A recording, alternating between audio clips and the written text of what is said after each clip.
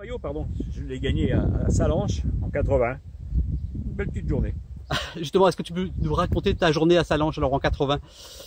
Ouais, c'est une journée un peu particulière, c'est sûr. C'est le championnat du monde, c'est en France. On a une équipe qui est bien structurée. Moi, j'ai la forme et la grande condition. Et je dis à l'équipe, bon, il n'y a pas de souci, on va être champion du monde. Pourquoi tu étais sûr de toi, Bernard? Tout simplement parce que j'avais une condition exceptionnelle. Le circuit me plaisait énormément, il était difficile, donc c'était l'équivalent de 20 fois un petit col de 2 km, 3 km à monter. Donc c'était fait pour moi.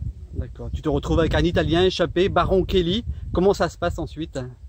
Eh ben, j'avais dit à l'équipe de France, vous me gardez les 10 premiers tours, parce qu'il y en avait 20, et les 10 derniers, je m'en occupe. Et donc on a fait un peu le ménage, tous les tours, il y en avait un qui dégageait, il restait plus que Baron Kelly. Et je savais que en montagne, j'étais supérieur à lui. Donc mais il fallait que je le garde, tout simplement parce qu'il y avait aussi 2 autres Italiens ou 3 autres Italiens qui étaient derrière. Et si jamais je l'avais lâché, ils se seraient regroupés, peut-être qu'ils seraient revenus. Donc je l'ai gardé jusqu'au, pour ainsi dire, l'avant-dernier tour, je l'ai essayé de le lâcher. Bon, je savais qu'en un tour, personne ne serait revenu. J'ai pas pu, parce qu'il s'est accroché vraiment dans les 50 derniers mètres de l'ascension. Et le tour d'après, je l'ai attaqué, quoi. Il y a 600, 700 mètres, peut-être 1 kilomètre, je sais pas exactement. Et sur un changement de braquet où lui, son dérailleur n'est pas bien tombé, moi j'ai pas changé et j'ai attaqué pour aller jusqu'au bout. Est-ce que c'est la plus grande victoire de ta carrière? Non, ça fait partie d'une des victoires, parce qu'il y a tellement de choses qu'on ne peut pas dire c'est celle-là plus qu'une autre. Pour quelqu'un qui aurait gagné un championnat du monde, il dirait ok, c'est la plus grande course, mais pour moi qui ai gagné le Tour, qui ai gagné le Tour d'Italie, qui ai gagné aussi plein d'autres courses, Paris-Roubaix, Liège-Bastogne-Liège, dans des conditions un peu particulières, ça fait partie du palmarès. Justement Bernard, le Tour de France en 80, tu le gagnes pas.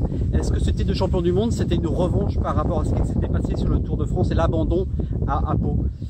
Non, c'est pas une revanche.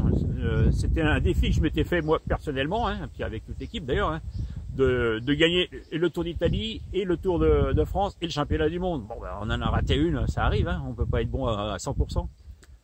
Ce maillot de champion du monde, il a 40 ans, Bernard, ça passe vite quand même. Ça passe très très vite. C'est là qu'on voit qu'on vieillit. Ouais. Merci Bernard. Mais c'est rien. L'important c'est de garder le plaisir de vivre, de faire plein de choses, de faire encore. Moi j'ai cette chance encore de pouvoir pratiquer le vélo, donc c'est génial. Et justement, Bernard Hinault en 2020, il fait quoi? Ben, il s'occupe un peu de ce qu'il a autour de soi. Il va aller sur quelques courses parce qu'il y a des courses qui sont très intéressantes. Et puis, j'ai 2 petits-enfants et j'essaye de passer un maximum de temps avec eux. Et il fait toujours un peu de vélo? Bon, oui. Oui, ce matin, j'ai fait encore 85 bornes. Bon, ça va bien.